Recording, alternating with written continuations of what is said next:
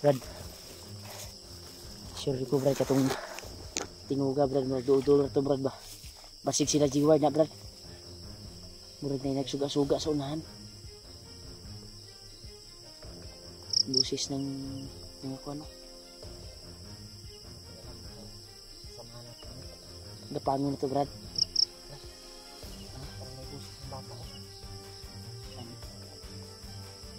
May mga sisiyo Brad. Sisi ng mga kuan. Yalas, ano? Nagtaka lang ako ba baka yung narinig nating ingay at may kita kami nagpa-flashlight tol. Sinundan namin. Biglang nawala. Brad, kasi ako puro patlong mo natin ito Brad. Kamera ba? Yan tol. Sinsya na po kayo tol. Iyot namin yung kuha namin yung ilaw. Try namin sukin na may bro. May nagkuhan dito. Katong nagpaslight nga itong katong sundan na itong nagpaslight Brad. Ayun na ipalungan na yung kuhan. Katong sundan na itong nagpaslight.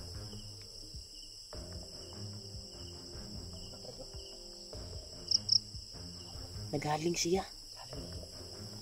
Naghaling siya tol. Naghaling siya tol. Yan o tro. Pinsa ka na basig kauban ta na Brad. Basig sila buds na. Hindi kaya basig si G-word na Brad. Kasi hindi natin makontak. Ha? Lapitan natin konti. Kakapangin natin. Pagkakasama natin yan. Ito, nakita kami na. Una namin nakita tol, sinundan namin. Yung nag-flashlight tol. At bigla na lang nagpausok siya dito. Sa area. Ha? Tak na makita to sila buds. Hindi sila G-word ba? Ato silipon Brad si G-word na Brad. Huwag si ate.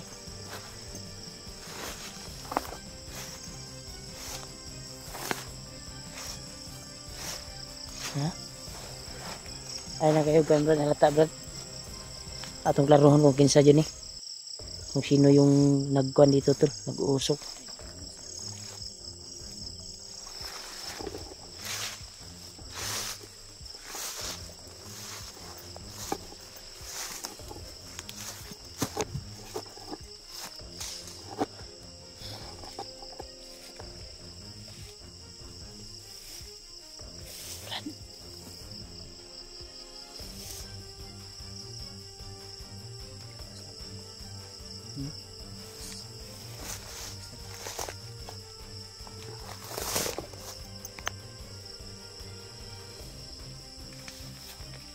Bandito Brad. Bandito. Bandito siya. Bandito nih. Yan tol. Bandito tol. May mga baril oh. Matataas na baril yung dalaw.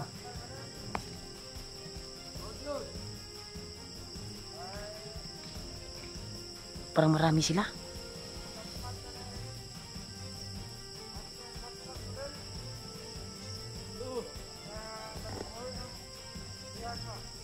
Biyak. Baka yung tinutukoy niya yung suko daw si Bagnot Brad. Ano sila pabuya.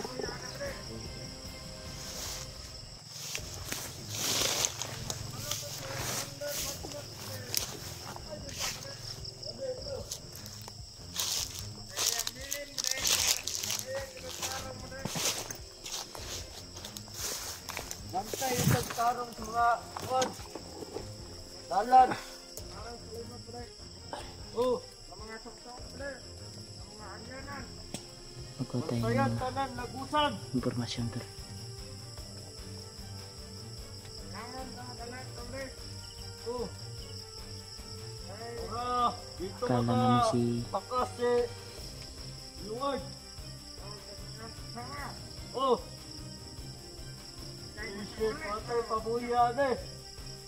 Ligtas na ni G-Ward ang iyang man. Sawa.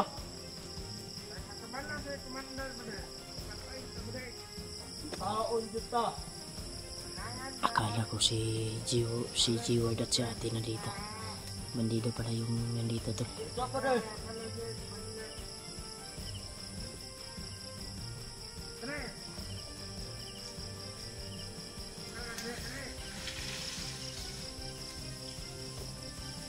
Isa. Hayag. Kakapangin natin to. Kita niya pa rin. Huwag yaling ay. Aron buhayag. Isa rin. Gamitin natin yung bandana natin. Tutasin natin. Oh. Katong dua. Katong ngay bandana ba doon? Maotoy, surang sa atong plano. Babag kayo. Oh. Parang mga laga. Mga abtek kayo. Madakpan ta to. Nauban ta to. Kailangan na to. Lakon ba yung tayong commander? Ano yun no? Maotoy babag sa atong mga plano. Wala pa ta. Maong kita ka kwarta. Kay ba sila. Babag kay sila sa atong mga plano. Kailangan naman kayo sobre kay kung magpatay sila, magpatay sila dyan. Hindi sila magmahay. Oh, usap pa kami. Tatay kwarta ron. Sila, babag kay sa atong plano.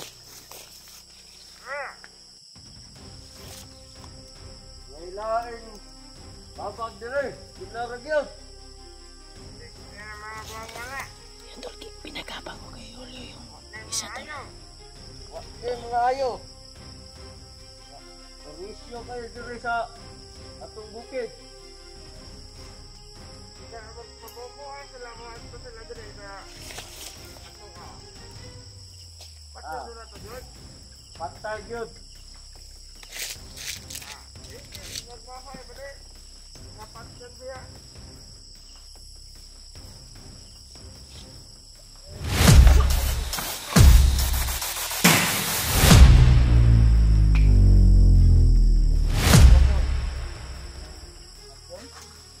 Ano may patay? Da. Akala nyo kami yung maamuan nyo? Matapos? Na. Kasalanan nyo yan. Kaya pumasok kayo na ng bandido. Brad, akala ko si G-Ward yung nandito, Brad. Bandido pala. Sila ra daw duha nabilin. Sila ra duha. Yung ibang kasamahan daw nila ay hinabol daw si G-Ward. Kaya takot na sa dribblad, dapat lugay dribblad. Patay na yung patay din yung dalawa. Kala ko talaga si G-Ward o kasamahan natin, sila Kuya Bats. Sinsya na kayo ito. Brad, iwasan na nato na magkuhan, Brad. Magsiga. Doon tayo, layo muna tayo. Dali. Ito, layo muna kami doon. At doon kami mag-unang lights. Para makakuha namin. Baka may kasamahan pa to, Brad. At makita natin sila G-Ward at si ate. Try natin kontakin, Brad. Talaga. Hindi pa kasi tayo nakahanap ng kuhan eh. Ng signal. I-share nyo yung video ko, tol. At kay Julio. Sa kasamahan namin. Para alam nila kung anong yung sitwasyon namin, tol. Gusto namin kontakin si G-Ward para tulungan siya. Pero Pwede na siguro i-on natin yung kuan. Ilaw natin. Malayo na tayo dito. Yan tol. Putal lang yung tinapos tol. Yung bandido na nakala namin, kasamahan namin. Akala namin yung si Dib or si G-Ward ang nandun. Bandido mo nito, Brad. Bandido pala. Muntik na tayo, Brad. Butin lang tayo nakauna nakita sila ba. Ayun, tol. Makuha na to, makontak na to si G-Ward sa lalong madaling panahon. Dahil ilang gabi nang lumipas ay yung anak nila doon, yung anak nila na nasa bahay ng magulang ko, yung mga kapatid ng bunso nila ba, yung iwan sa ihawak pa ng mga bandido yung bunso.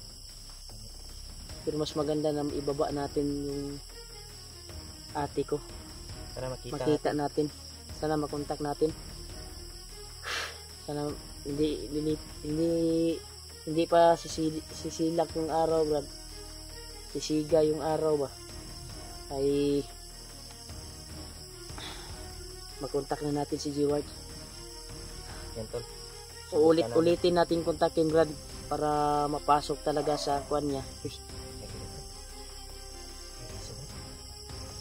Tayo ka, dumati sila. Pati apan niya kuan. Ay dumating tol na kuan tol. May mga bandido na dumating. Na, hindi na mamatay ni. Yan. Kaya huwag kang magpailaw ha. Ito sila. Kasi padulong mo. Brad, layo ta, Brad. Layo ta dito. Sige. Layo kami to. Para nakuha namin.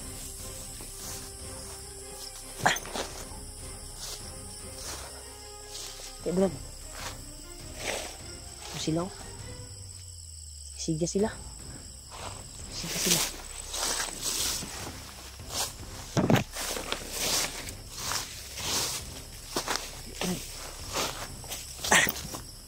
Dala sila ng aso ito. Dala sila ng aso. Kaya pagdasan niyo po kami ito sa aming kaligtasan. Hanap tayo ng mapag-relaxan, Brad. Hanap tayo ng mapag-relaxan natin. Pasensya na kayo ito lang na hindi kami nag-unang flashlight kasi delikado yung area dito at napaka critical. Kaya naglakbay kami kahit madilim para mahanap lang yung kasamahan namin na nangangailangan ng tulong. Sana mag-success at pababa namin yung ate ko. Saman sigartag ko na maapsan ta ni. Diretso. Mangita tag area nga pwede nating mapag-relaxan. Ha? Ang kipi ba? Mga kuhan na to. Patawagan ko si G-Ward.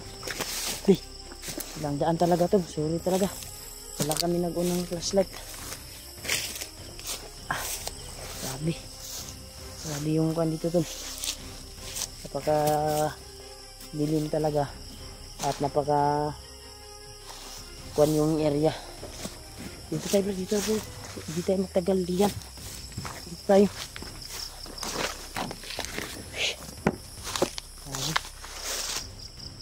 Dito mo tayo.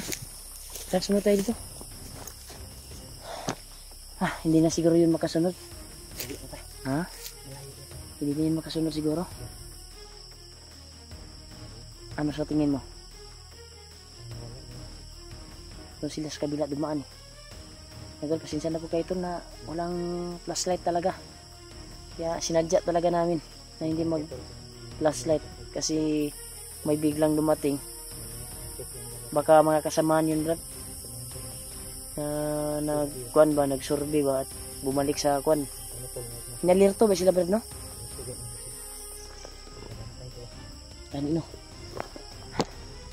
Brad, ang kuan ani, ato ang kuan jud ron. Nakontak ko nato si Brad, Brad.